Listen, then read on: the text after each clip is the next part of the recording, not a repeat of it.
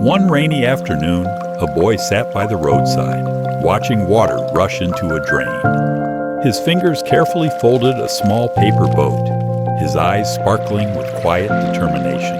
This wasn't just any boy. It was Raju, a kid from a poor village with dreams bigger than the world around him. Raju loved science, but his home had no electricity, no resources, just endless challenges. As the boat floated down the stream, he whispered to himself, "One day, I'll send something bigger into the world." Years passed, and that small dream turned into relentless effort. Despite every setback, Raju never gave up.